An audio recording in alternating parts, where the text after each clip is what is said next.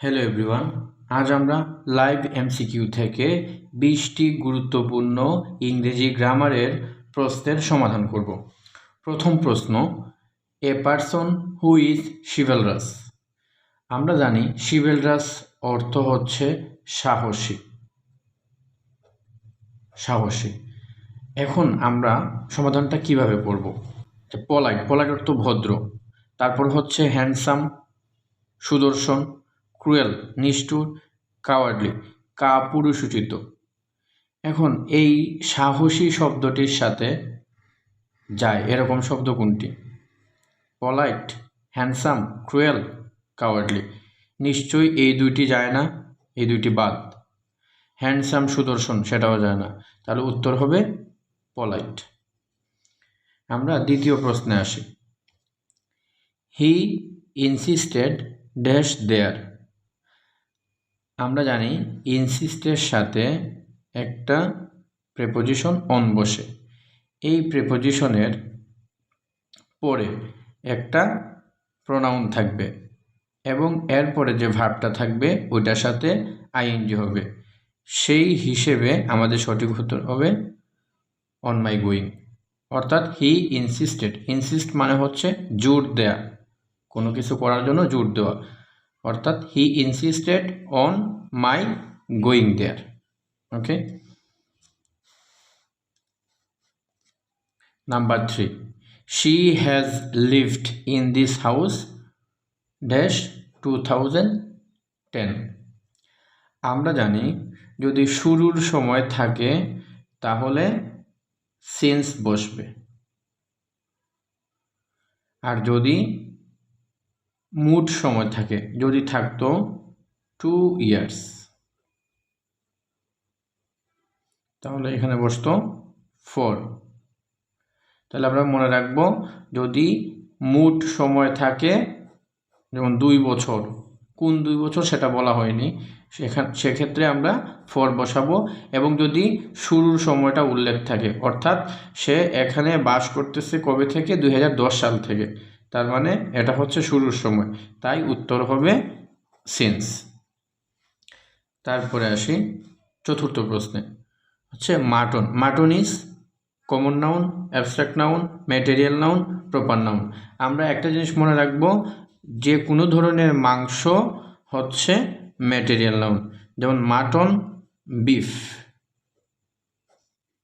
পঞ্চম প্রশ্ন, a rolling stone gathers no moss. এটাকে কমপ্লেক্স বানাতে হবে। আমরা জানি কমপ্লেক্সে 2টা ক্লজ থাকবে, অর্থাৎ 2টা সাবজেক্ট 2টা ভার্ব। এটা simple sentence. A rolling stone subject, gathers verb, no moss extension. Okay, তো এখন আমাদের কাজ হচ্ছে এখানে একটা সাবজেক্ট একটা ভার্ব আছে, আমাদেরকে 2টা সাবজেক্ট বানাতে হবে, 2টা ভার্ব বানাতে হবে। একটা ভার্ব আছে, আরেকটা ভার্ব আনতে হবে। তাহলে আমরা এই ক্ষেত্রে কি করব? এই যে অ্যাডজেক্টিভটা আছে, এই অ্যাডজেক্টিভটাকে আমরা ভেঙে ভার্বে রূপান্তর করব। অর্থাৎ আমরা যদি এই শব্দটিকে বাদ দিই, বাদ দিয়ে কি হবে? এ স্টোন গ্যাদার্স নো মুস, এইটুকু। এ স্টোন গ্যাদার্স নো মুস, এটা হচ্ছে একটা ক্লোজ। আমরা আরেকটা ক্লোজ তৈরি করব কিভাবে?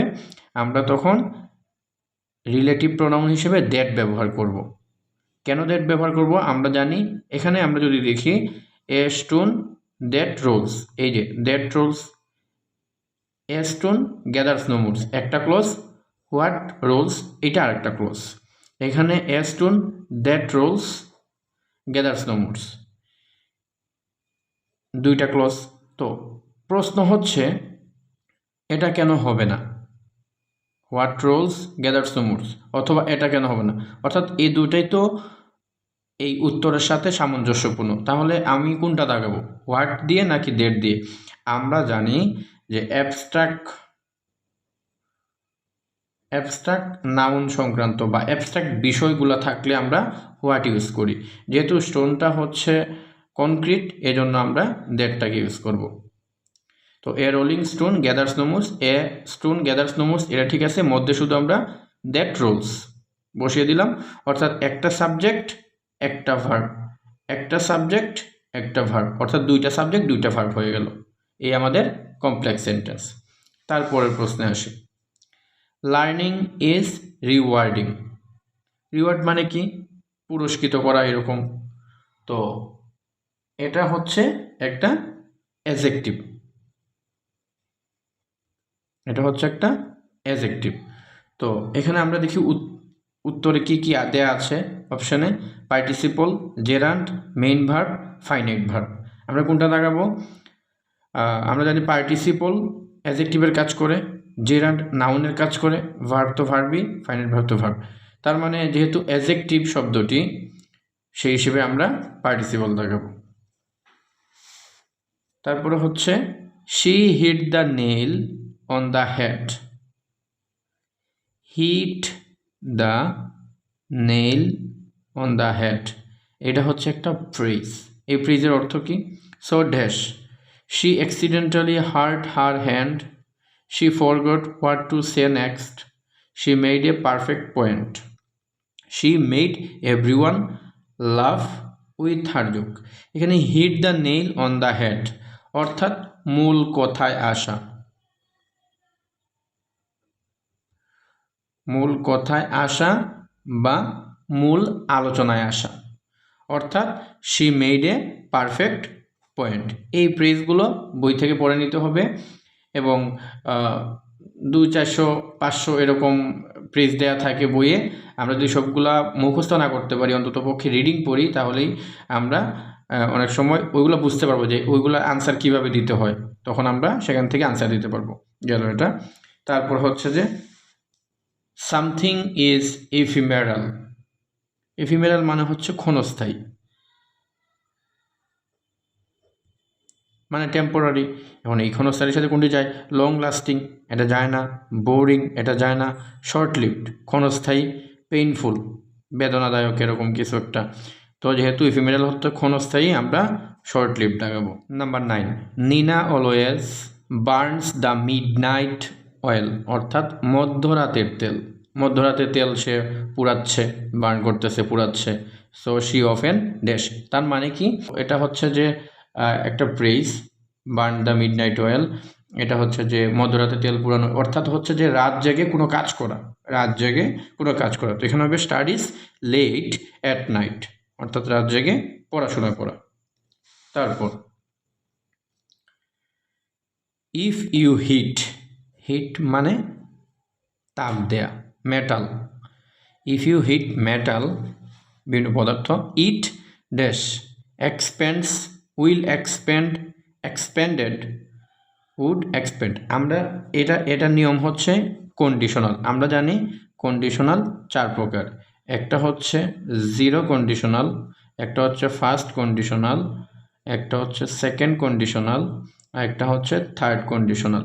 এখানে জিরো কন্ডিশনাল ব্যবহার হয়েছে কারণ যখন চিরন্তন সত্য অর্থাৎ অপরিবর্তনীয় কোনো কিছু বলা হয় তখন জিরো কন্ডিশনালে বলা হয়। যেমন যদি আমরা পদার্থকে তাপ দিই তাহলে এটা কি হবে? এটা বৃদ্ধি পাবে, অর্থাৎ এক্সপেন্স। এটা হচ্ছে জিরো কন্ডিশনাল নিয়ম হচ্ছে যে ইজ যুক্ত সেন্টেন্সে যদি প্রেজেন্ট টেন্স থাকে তাহলে পরের অংশ কি হবে? Present tense. ক্লিয়ার? সেই হিসেবে উত্তর হয়েছে এক্সপেন্স।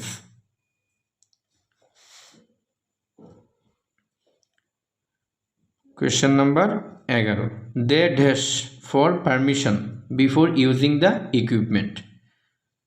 এখন এখানে কি দেয়া যায়? Had better to ask, had better ask, had better asking, had better asked. এখন আমরা জানি হ্যাড বেটার,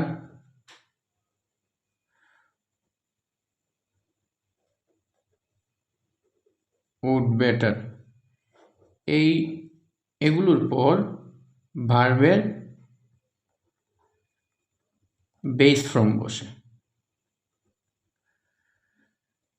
অর্থাৎ ইনফিনিটিভ হবে না, আইএনজি যুক্ত হবে না, ইডি যুক্ত হবে না, উত্তর হবে হ্যাড বেটার আস্ক। মনে রাখবো যে হ্যাড বেটার অথবা উড বেটার এর পরে হবে ভার্বের base form. Okay, you look a bit down, is something the matter. তারপর হচ্ছে যে এখানে এই ডাউন শব্দটি আসলে কোন ধরনের পার্টস অফ স্পিচ, এটা কি ভার্ব নাকি নাউন নাকি অ্যাডজেক্টিভ নাকি অ্যাডভার্ব। এখানে এই যে ডাউন শব্দ দ্বারা একটা বিষয় আমরা বুঝি, এখানে লুক, এই লুক শব্দটি কি, এই লুক শব্দটি হচ্ছে আমাদের লিঙ্কিং ভার্ব।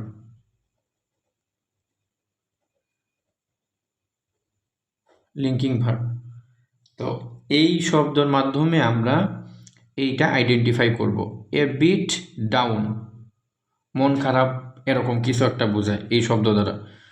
তো লিঙ্কিং ভার্ব সাধারণত কি করে, অ্যাডজেক্টিভকে যুক্ত করে, তাই আমরা উত্তর দেখাবো adjective. Question number 13. He is confident about what he can achieve. এটা খুবই গুরুত্বপূর্ণ নিয়ম, অর্থাৎ এখানে আমাদেরকে বলা হয়েছে কোন clause, noun clause, adjective clause, adverbial clause, none of this. এখন এই নিয়মটা আমরা খুব সহজে মনে রাখবো কিভাবে। He is confident about what he can achieve, অর্থাৎ এই যে ক্লজটি, এই ক্লজটি আমাদের কোন ধরনের ক্লজ, এটা আমরা এভাবে বের করব। জাস্ট মাথায় রাখবেন যে হি ইজ কনফিডেন্ট অ্যাবাউট হোয়াট, আপনি শুধু হোয়াট দিয়ে প্রশ্ন করবেন। দেখবেন যে হোয়াট দ্বারা প্রশ্ন করলে যদি এইটার অল্টারনেটিভ উত্তর আসে, আমরা এভাবে চিন্তা করতে পারি, he is confident about victory, সে জয় নিয়ে, অর্থাৎ জয়ী যে হবে সেটা নিয়ে সে আত্মবিশ্বাসী। তার মানে ভিক্টরি শব্দটা হচ্ছে নাউন, এটা একটা বুঝলাম। এখন এই ভিক্টরির পরিবর্তে যদি আমরা হোয়াট ইউজ করি তাহলে কি হবে, he is confident about what, victory. Okay, তারপর এই বাক্যে আসে, he is confident about what he can achieve, সে যেটা অর্জন করতে পারে ওইটা নিয়ে সে আত্মবিশ্বাসী। তাহলে আমরা যদি এটাকে বলি যে হি is confident about what he can achieve, এই বিষয়টি, তার মানে আমরা হোয়াট দ্বারা প্রশ্নের উত্তর পাচ্ছি। যদি আমরা হোয়াট দ্বারা প্রশ্নের উত্তর পাই তাহলে সেটি হবে নাউন।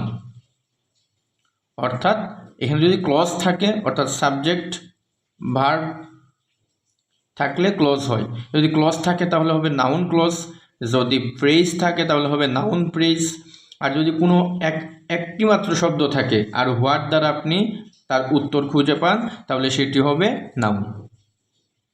আশা করি ক্লিয়ার। তারপরের প্রশ্নে আসি, I saw dash eagle flying over dash Himalayas. এটা এখানে আর্টিকেলের ব্যবহারের কথা বলা হয়েছে। আর্টিকেলের ব্যবহার আমরা ভালো করে জানি, যদি কোনো শব্দের শুরুতে ই থাকে তাহলে এন হবে, আর হিমালয়স পর্বতমালা বোঝানো হয়েছে তাই এখানে দি হবে। এটা সহজ, তাই আমরা ব্যাখ্যায় গেলাম না, তাহলে উত্তর হচ্ছে এ দি। Question number 15. The word chronology deals with dreams, time, numbers, both B and C. Chronology মানে হচ্ছে সময়কে বোঝায়, তাই the word chronology deals with time. এটা হচ্ছে যে মুখস্থর বিষয়, আমরা এগুলো অনেকগুলো শব্দ এরকম মুখস্থ করে ফেলবো, তখন আর পরীক্ষায় সমস্যা হবে না। Question number 16. The term, for instance, fear of being in crowded, মনে রাখতে হবে fear মানে কি, ভয়, fear of being in crowded or open spaces is, এখানে একটা জানার বিষয় রয়েছে। fear মানে হচ্ছে ভয়, আমরা জানি ফোবিয়া অর্থ হচ্ছে ভয়, তো আমরা পেসিফিস্ট এর মানে হচ্ছে শান্তিবাদী, জেনোফোবিয়া এটা হচ্ছে বিদেশিদের ভয়, বিদেশিদের প্রতি ভয়। অ্যাগ্রোফোবিয়া, অ্যাগ্রোফোবিয়া মানে হচ্ছে মুক্ত স্থানের প্রতি ভয়, অর্থাৎ আমাদের উত্তর হবে agoraphobia. Question number 17, the painting of the wall took 2 days। আমাদের কাজ হচ্ছে পেইন্টিংটা কোন ধরনের পার্টস অফ স্পিচ সেটা বের করা। Adverb, verb, noun, adjective. এখন আর্টিকেল দিয়ের পরে যদি একটি মাত্র শব্দ থাকে সেটি নাউন। এটা আমাদের মুখস্থ থাকতে হবে, তাই আমরা নাউন দেখাবো। Which kind of gender is you. You মানে হচ্ছে ভেরি। তো যেহেতু এটা স্ত্রীবাচক শব্দ, তার মানে এটা হবে ফেমিনিন জেন্ডার। এটার পুরুষবাচক শব্দ কি? র্যাম, যার অর্থ হচ্ছে ভেড়া। An extra message added at the end of a letter after it is signed। অর্থাৎ সাইন করার পর, স্বাক্ষর দেওয়ার পর যদি কোনো কিছু শেষে অ্যাড করা হয় ওটাকে কি বলে? আমরা জানি এনবি। এনবি হচ্ছে নটাবিনি, মানে আমরা বাংলা যেটাকে আমরা বিশেষ দ্রষ্টব্য বলি, এটা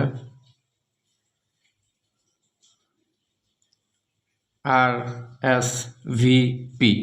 এটা হচ্ছে একটা ফ্রেঞ্চ ফ্রেজ যার অর্থ হচ্ছে প্লিজ রেসপন্ড অথবা রিপ্লে, প্লিজ রিপ্লে। PS, এটার মানে হচ্ছে পোস্ট স্ক্রিপ্ট।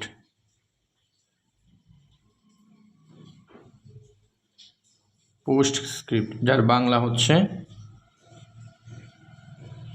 এবং এই শব্দটি বিজনেস লেটারের সাথে সামঞ্জস্যপূর্ণ।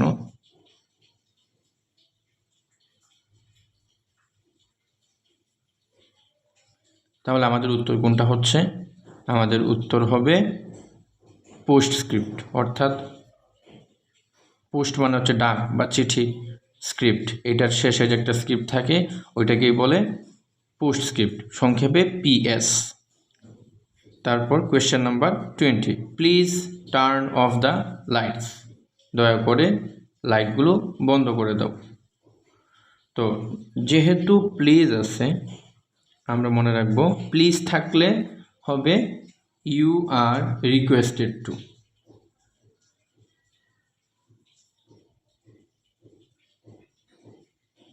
আমরা কি করব?